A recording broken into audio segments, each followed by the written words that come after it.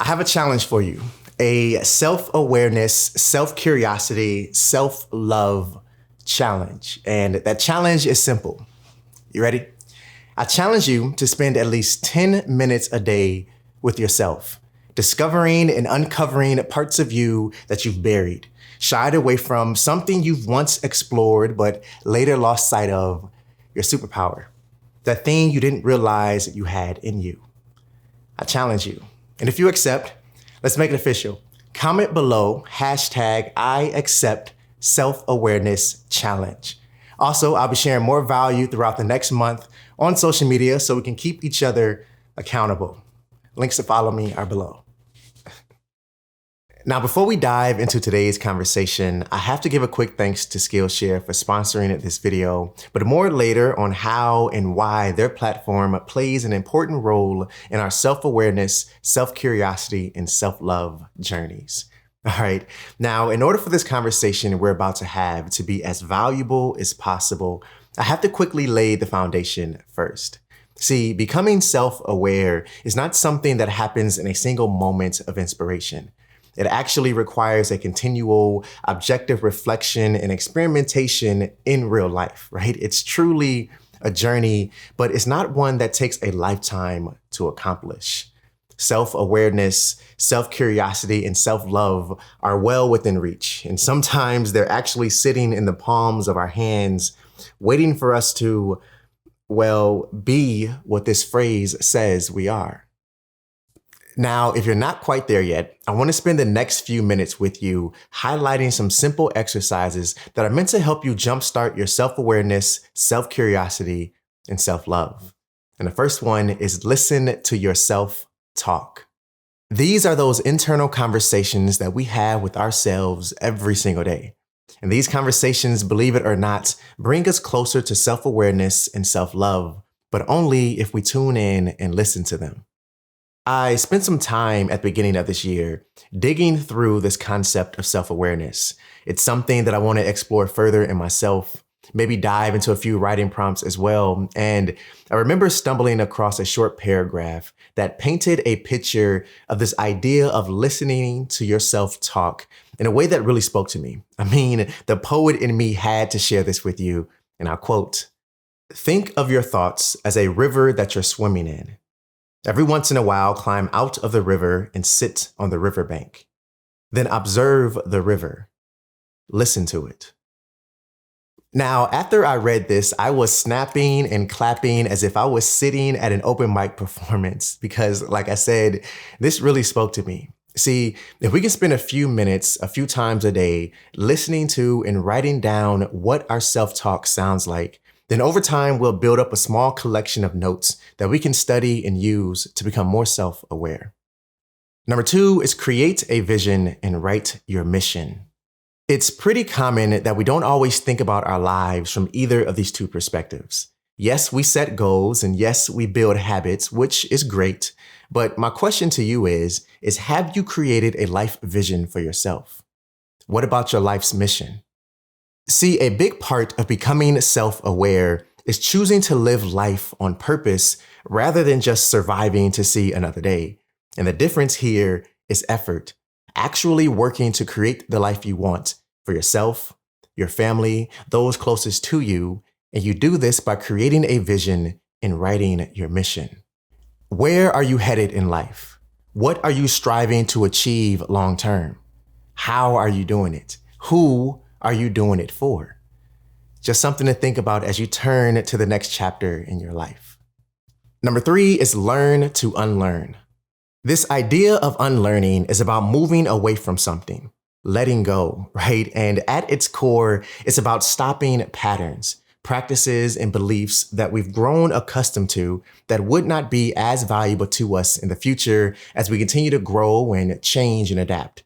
Actions that require awareness and curiosity. In fact, I came across this class in Skillshare that, like many of the classes I've tuned into, is changing the game for me and impacting the way I think. But it was something I noticed right off the bat about this class that made it different. And that is that it wasn't a video. Instead, it was something called Skillshare Audio.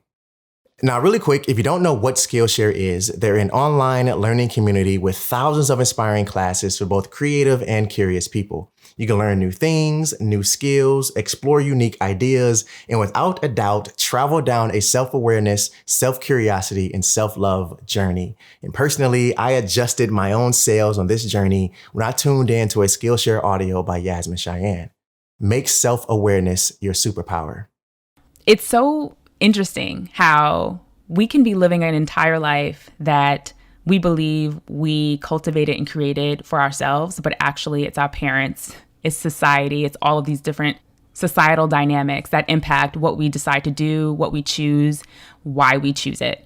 And there's nothing wrong with that, but if you are not living fully in your joy, and if you're not living fully in your purpose and your happiness, it can begin to eat away at you. And you can begin to feel sometimes like you are impostoring someone, or that you are living someone else's life other than your own. So with self-discovery, you begin to ask yourself powerful questions like, do I really love the job that I have? What would I be doing if I could do anything in the world? Why do I have the relationships that I'm in? Am I advocating for myself? Am I saying what I need? Do I know what I need? So to be clear, if we're not being open and honest with ourselves, then it's really hard to be open and honest with other people. Now, when I tell you that I listened to this back to back a handful of times, and every time there was a new piece that resonated with me, regardless if it was something that I was already familiar with, for some reason, it just hit differently. And I want to encourage you to check it out. Now, Skillshare is very affordable, costing less than $10 a month. And since Skillshare is sponsoring this video, the first 1,000 people to click the link in the description will get a free trial of Skillshare Premium membership. And as always, I'll leave the title of this class below that link so you can copy and paste it into the search bar and start tuning in without wasting any time. Number 4 is question yourself often. In other words, play devil's advocate with yourself. And what I mean by this is that it's okay to argue against yourself. It's okay to question your assumptions. It's okay if your default beliefs and views aren't the most reasonable. I've learned that a self-aware person is aware of cognitive distortions that they tend to fall prey to, meaning they're able to dispute irrational thinking and replace that thought process with something that reflects reality a little more accurately. For example, all or nothing thinking, believing that life is black or white, and if my efforts aren't perfect, then I'm a total failure. Or this idea of creating a mental filter where we allow our minds to pick out a certain negative failure or defeat that we've faced and dwell on it for days or weeks or even months to the point that it has impacted our vision of reality. I mean, overthinking could fall into this category as well, which is something that I've openly admitted to struggling with myself through previous conversations that we've shared. I guess what I'm saying is that you should question yourself, your thoughts, a little more often than you think you should. Number 5 is seek feedback from someone you trust. I believe we all have blind spots in our thinking patterns and behaviors. We can always learn something from someone at any stage in life, including ourselves, if we're willing to pay attention. And sometimes straight up asking for constructive feedback will highlight some of those blind spots we may not be aware of. Now, the key here is to be intentional and particular with who we choose to have this conversation with. Personally, this person for me would be a mentor or a spouse or partner, someone I trust, someone I respect, someone who understands just about every nuance of me, who's going to tell me what I need to hear, not what I want to hear. You know, this reminds me of something my dad would always tell my brother and I growing up, and he still does today. He would tell us that opinions are like ears. Everyone has a couple. And to me, I feel this falls in line perfectly with this conversation because it reinforces why we need to be intentional and particular with who we choose to have this conversation with, because, well, everyone has an opinion. Number 6 is self-evaluation and reflection.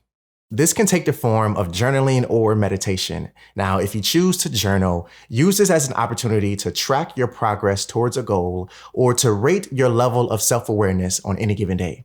Maybe at the end of the day, you journal how that day went, and then you ask yourself, how can I improve tomorrow? Now, on the other hand, if you choose meditation, find a quiet space to sit in silence and count your breaths. Allow your mind to relax. And when it starts to wander, pull it back.